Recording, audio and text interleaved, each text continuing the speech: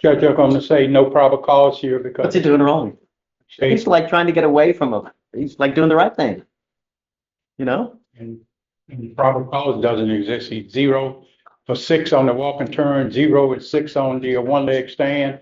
There is no law in Texas that a person cannot drink. Just because he smelled alcohol does not mean the person is intoxicated. Right. So you're charged with driving while intoxicated. You're facing up to 6 months in jail and or a $2,000 fine. The caller reported that 2 white males left the property, one in an F-150 and one in a Mitsubishi, the defendant.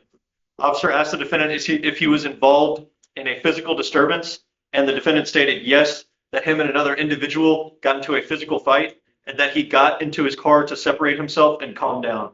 The defendant stated he was headed toward a gas station when he was stopped by the officer. While speaking to the defendant, the officer observed an odor of alcoholic beverage, glossy eyes, and slurred speech.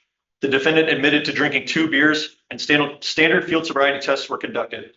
A 6 out of 6 on the HGN, a 0 out of 8 on the walk and turn, a 0 out of 4 on the one leg stand. The DIC was read and the defendant consented to a breath test.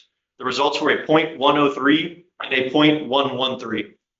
You have anything that he's doing, you know, tell me what led them to him. Yes, sir. So what led to the investigation was a caller who reported the disturbance.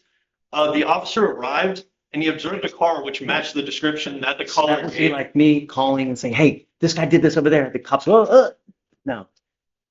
Theoretically, would be anyone could make a phone call, make an allegation, cops go boom and just stop, do whatever they want without, no probable cause. Thank you. Be careful, man. There's a lot of haters out there. Don't let them get you, you know? Life's too short. All right? All right. Good luck.